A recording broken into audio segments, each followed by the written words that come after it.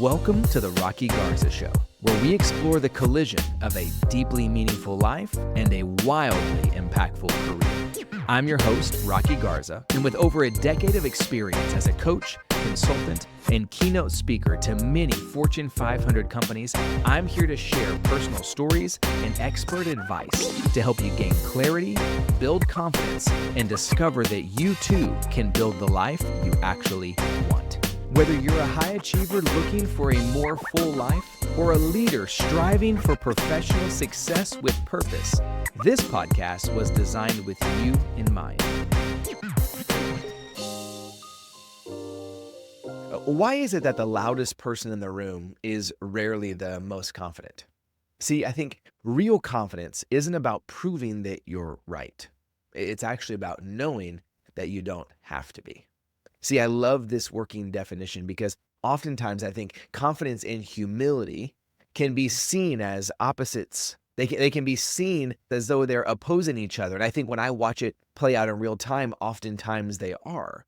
But I think actually they're really two sides of the same coin. See, we tend to associate confidence with certainty.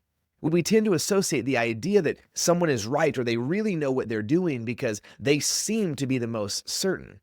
Yet I find that those that are actually the most confident are people who can almost always admit when they are wrong. See, the difference between loud and being secure is that oftentimes those that are the loudest are the ones that are hoping to be able to prove to us why they are being loud, rather than having the reality that they are in fact correct, or even better, that they are simply holding to a deep belief, conviction. We've talked about that in multiple episodes here. I like this working definition as we really look at confidence and humility, and we're going to put these at odds because I think oftentimes in my world, when I look out and I see folks that are very confident, and that confidence tends to lend itself to being loud, to being the most talkative, to being the most in your face, to being the ones that are the most certain. Yet I often see humility get used as though it's in a space where humility is almost working against us, where humility is in a space that we like to believe that we have it, we like to show that we have it, but we find it difficult to be able to communicate that because are you really humble if you say, hey, I'm so humble? So I like this working definition of humility. Humility is not the making small of who you are. Humility is not the hiding all of the greatness that exists within you. Humility is a full awareness of everything that you are capable of and a conscious choice and effort to keep that at bay until it is necessary for it to be used. Humility is not the hiding of your greatness.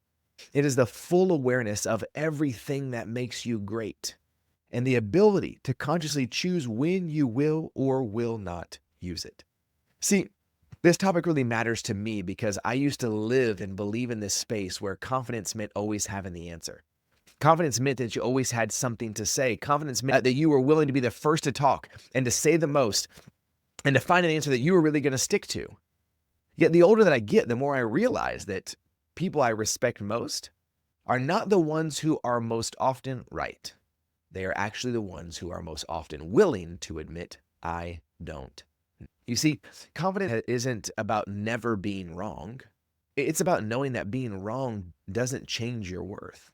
It's about knowing that making a mistake doesn't make you a terrible person. That saying, I don't know, doesn't make you incompetent. I remember in my life always sort of feeling this need, right? To prove myself to always being right? To prove to myself that I had to be able to do it. This was probably a year and a half ago. I was in LA visiting some friends that I've known for over a decade. We had been at their house for a couple hours. And for me, I was just being me. We were just having regular dialogue, having regular conversation. And a couple hours in, one of my friends said to me, they said, why are you not taking the bait? I said, what do you mean? They said, I've been baiting you for the last couple hours, and I don't know what's different about you. You won't take the bait. I said, I didn't realize that you were baiting me. I didn't hear you baiting me. I didn't realize that's what was happening. And then they said, I've been saying things that normally the last time that I saw you, which was 3 or 4 years ago, you would have immediately jumped at and we would have had a good banter. but instead you've just been sitting there quietly. Why is that? Now, I will be very clear with you. In the beginning, I was very caught off guard. I didn't really know what to say because I didn't really quite know what to think or to believe. What do you mean I had been quiet? I'm not a quiet one. I'm the talkative one. I'm the intense one. I'm the one that always has something to say. I'm the one that's beginning to realize in my life, in my experience, that my confidence now is less related to my ability to prove a point and more related to my ability to listen to yours. Not because I don't want to have deep belief or conviction, because I think the fear of admitting when I was wrong, I realize is now not directly related to my capability or even my capacity. See, the moment that I really understand that confidence isn't about defending myself, it's actually about being secure enough in myself that I don't have to defend anything. Rather, I can bring my thoughts to the table and I can see where those thoughts collide with yours. See, when I'm willing to really own my mistakes, it actually builds trust and credibility. My kids are in a greater and deeper relationship with me, not because I am always right, but because I am willing to admit when I am wrong. How have you seen yourself in this way?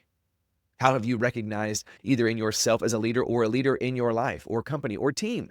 Do you know someone who struggles to admit their mistakes? Do you have a leader currently who struggles to acknowledge when they're wrong? Do you struggle to acknowledge when you are wrong because you don't want to be seen as somebody who is incompetent? You don't want to be proved as though there's some way, somehow, if you don't have the answer, then people are not going to like you. See, there's a cost that comes with some sort of level of fake confidence, a culture where no one's willing to speak up or challenge bad ideas. I think historically we would call this groupthink, but reality, I think it's just the cost of false confidence. We have one member of our team or maybe even a leader on our team and they pop in and they say something and they seem very certain about it. And we go, well, they got to be right because listen to the level of what seems to be conviction in their voice, assurance, certainty in their voice. So we're going to go with that. But the amount of damage that is done when ego is prioritized over truth can be detrimental.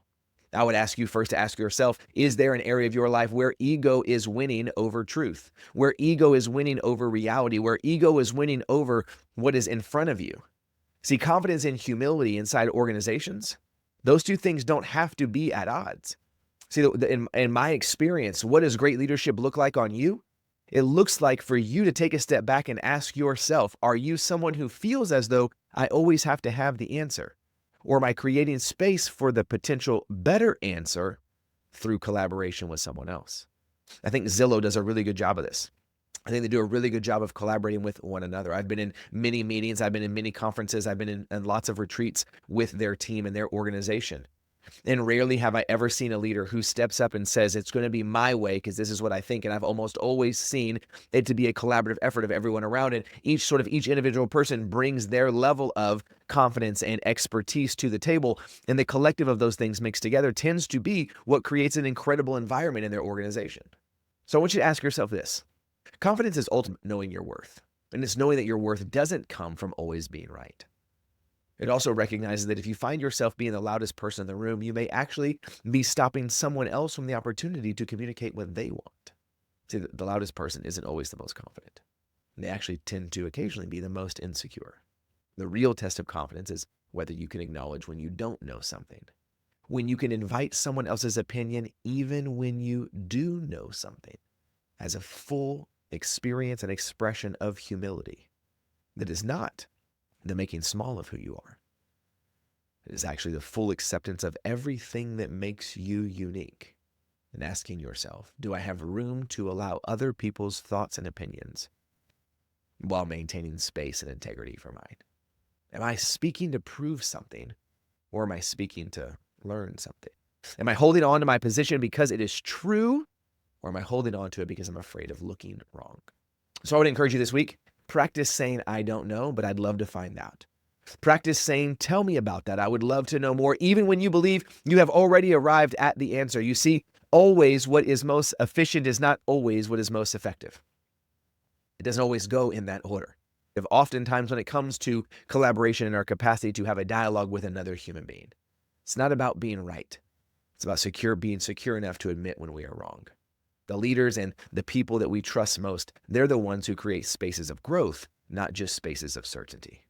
So challenge yourself to practice confidence through humility this week. Practice a recognition of knowing everything that you are so that you can bring that to the table and only use it when necessary. Thank you so much for tuning into the Rocky Garza Show. I so appreciate you being here today. I hope when you're looking at the difference between confidence and humility, they don't have to be two sides of a different coin or even the same coin. They can actually be two things that work in tandem together. I hope if you found this episode resonates with you, if you're listening to it and you're thinking, man, I really wanted to share this with somebody else, please share it with someone else. Send it to them. If you have not already, make sure to like, subscribe, leave a review here on the podcast if you have not already. I would greatly appreciate that for you as well. If you heard something today that you think, man, I want some more of that, what does that like for me? I would encourage you, go to rockygarza.com/influence. Again, that is rockygarza.com/influence. We have a small portion of our influence appraisal there for you to take. We would love for you to fill that out. Get some results back. Where are you right now and how are you really stacking up in your leadership role? As always, remember to be seen, be known, and lead well. And until next time, when you decide there's something in life that you really want, make sure, improve it.